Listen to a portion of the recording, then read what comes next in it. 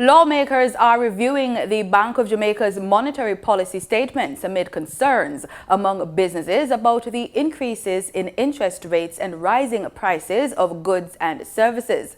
The BOJ's latest increase took place last week when it adjusted its rates by 50 basis points to 5.50% per annum, effective June 30. That decision brings to 7 the number of adjustments by the Monetary Policy Authority in months, as it seeks to rein in inflation, which was 11.8% as of April 2022.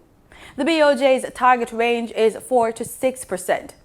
The move has raised objections from the public, with some members of the business community warning that interest rate increases would trigger price hikes for basic food items and ultimately risk an economic recession.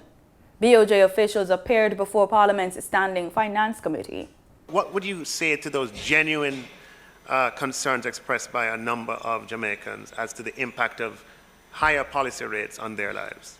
So what we are trying to do, in part, is to make our interest rates attractive enough that people don't feel that they have to take Jamaican dollars, go and buy US dollars to invest in a US dollar asset in order to stay ahead of inflation.